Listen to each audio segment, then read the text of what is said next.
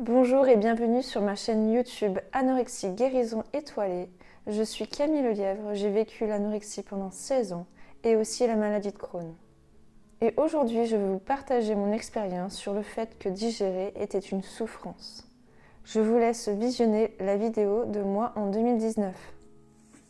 Alors bonjour, aujourd'hui je voulais témoigner d'à propos d'une maladie que j'affectionne depuis l'âge de 20 ans et qui s'appelle la maladie de Crohn. Donc la maladie de Crohn, c'est une inflammation de l'intestin et qui se différencie de la rectocolique hémorragique qui serait plutôt au niveau du côlon. Donc on a la partie de l'intestin qui est la première partie du tube digestif et le côlon c'est la partie terminale, et qui se détermine par une perte de poids et une inflammation vraiment au quotidien, donc par crise surtout, et qui crée une grosse difficulté à digérer et un gros épuisement après chaque crise en fait. Et les crises peuvent venir n'importe quand, quel que soit ce que l'on mange. Souvent c'est après aussi un événement émotionnel. Et c'est une maladie invisible car on ne peut pas se rendre compte de ce que la personne vit le temps qu'on ne vit pas cette maladie en fait, au quotidien. Et il n'y a aucune réponse de la médecine comme traitement définitif, seulement symptomatique pour soulager les crises, comme des corticoïdes ou des immunosuppresseurs pour diminuer l'auto-immunité de cette maladie. Et on ne connaît pas les causes non plus. On pense aussi à des facteurs environnementaux, génétiques, mais voilà. Donc en fait, je dois vivre au quotidien avec ça. Quand ça a commencé, j'ai eu beaucoup de diarrhée, une perte de poids, on ne savait pas trop ce que j'avais, des nausées, des fois des vomissements, et une montée en température aussi, au moment des crises. Cette difficulté à digérer prend beaucoup d'énergie, est très invalidante, fatigante, et pas forcément compris par l'entourage, les proches et les personnes qui peuvent nous côtoyer. Et ça crée quand même un isolement social. Et je pense qu'il y a beaucoup de personnes qui ont des maladies comme moi qui sont invisibles et que les gens peuvent juger de l'extérieur. Et j'aimerais vraiment beaucoup pouvoir aider ces gens-là et que dans la société d'aujourd'hui, on soit beaucoup plus compris. Le fait de ne pas digérer, ça épuise au quotidien. Manger, c'est quand même un acte naturel et anodin. Et les gens ne se rendent pas compte à quel point ça peut être invalidant au quotidien.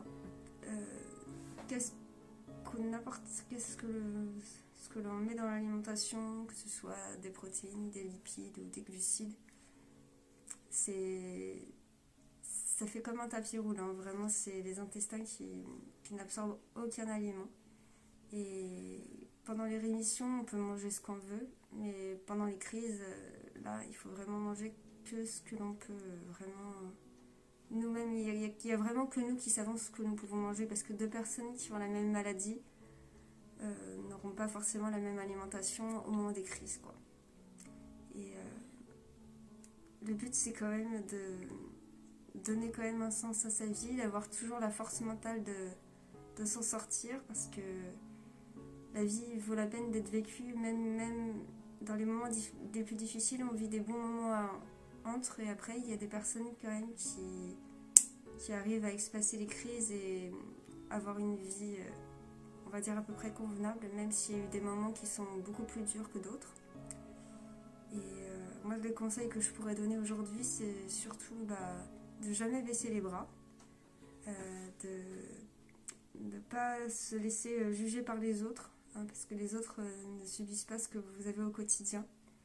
Et il y a énormément de personnes qui souffrent même d'autres maladies, qui sont aussi jugées, et que la société dans laquelle on vit aujourd'hui n'est pas forcément adaptée pour être assez ouverte à tous ces sujets.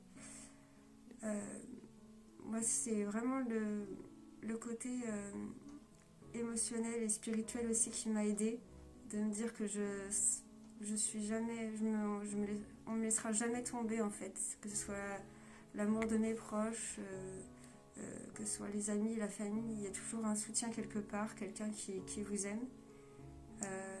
Dans les moments difficiles, ce que je pourrais vous conseiller, c'est surtout vous dorloter, de vous mettre du chaud sur le système digestif, de manger ce qui vous plaît et de vivre pour vous vraiment à l'instant présent, vous reposer au maximum et savoir qu'il y a toujours des bons moments à côté.